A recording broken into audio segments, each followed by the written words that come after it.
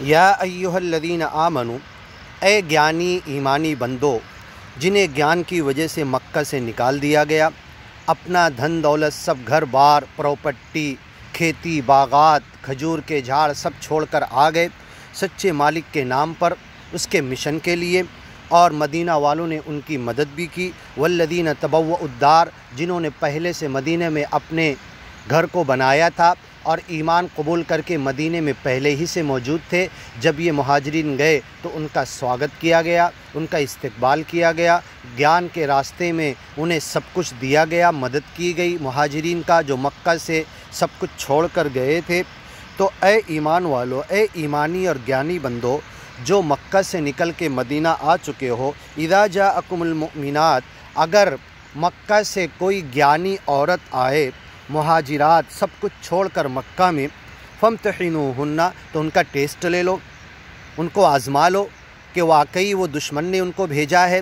یہ اگیانی لوگوں نے تمہارے اندر فتنہ فساد پیدا کرنے کے لیے ان عورتوں کو بھیجا ہے، یا سچے طور پر گیان کو قبول کر کے آئے ہیں۔ فامتحنوہن اللہ اعلم بایمانہن، اللہ ان کے ایمان کو جانتا ہے۔ اس آیت سے معلوم پڑ رہا ہے کہ گیانی مرد ہو یا گیانی عورت ہو، ہر ایک کی سچے مالک کی نظر میں بہت اہمیت ہے۔ سچے مالک کے گیان کو مان لینے والا بندہ سچے مالک اللہ کی نظر میں بہت اہمیت کا حامل ہے، مالک اس کو اچھے ناموں سے یاد کرتا ہے اور اپنے مشن کا ایک ممبر قرار دیتا ہے۔ اللہ اعلم بایمانہن، ایسی عورتیں جو مکہ سے مدینہ کی طرف ہجرت کر کے بعد میں آئی، اللہ ان کے گیان اور ایمان کو جانتا ہے۔ فإن علمتموہن مؤمنات، اگر تم اپنے طور پر خاطری کر کے ٹیسٹ امتحان اور ان کی پریکشا لے کر جانچ پڑتال کر کے تم نے جان لیا سمجھ لیا، علمتموہن مؤمنات، کہ وہ پکے مومن ہیں، فلا ترجعوہن الی الکفار، تو ان کو اب مکہ میں کافروں کی طرف واپس مت لوٹاؤ۔ لا ہن حل لہم،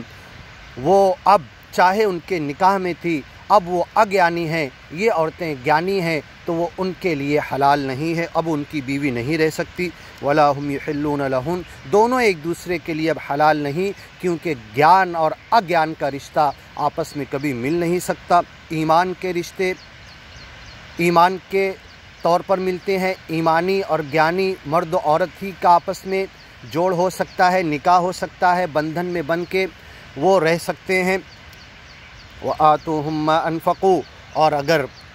ان مردوں نے جن کی یہ بیویاں ہیں گیانی بن کر آئی، انہوں نے جو کچھ ان بیویوں پہ خرچ کیا ان کو اتنے پیسے دے دو۔ ولا جناح علیکم ان تنکحوہن، اور اگر تم ان سے نکاح کرنا چاہو تو تم پہ کوئی گناہ نہیں۔ اذا آتیتموہن اجورہن، لیکن اگر نکاح کی جو کنڈیشن مہر ہے وہ تمہیں دینا پڑے گا، پہلے مہر دو پھر نکاح کرو۔ ولا تمسکوا وآتوا النساء صدقاتہن نحلہ، سورہ نساء کے اندر بھی اللہ نے کہا نکاح جب عورتوں سے کرتے ہو تو اس کی مہر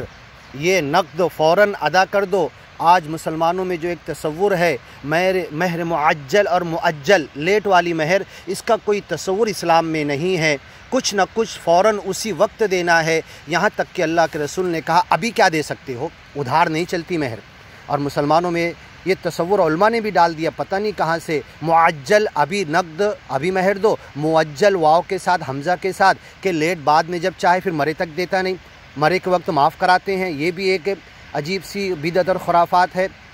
کہ عورت کو بولتے ہیں مردہ پڑا ہوا ہے تیرا شوہر، اس کو معاف کر دے مہر، نہیں، اللہ کے رسول نے کہا وَلَوْ خَاتِمًا مِّن فِضَّةٍ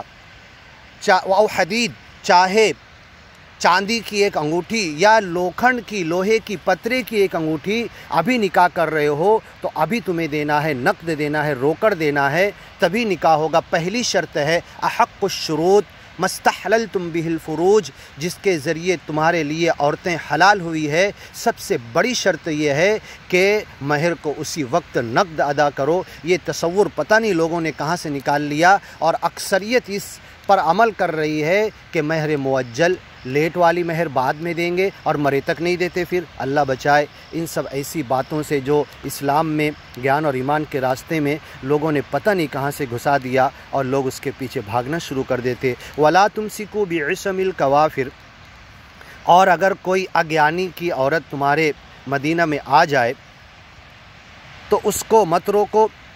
وَلَا تُمْسِكُوا، پوری آیت دیکھتے ہیں، اِذَا آتَيْتُمُوهُنَّ أُجُورَهُنَّ وَلَا تُمْسِكُوا بِعِصَمِ الْكَوَافِرِ، آگے کی ویڈیو میں دیکھیے۔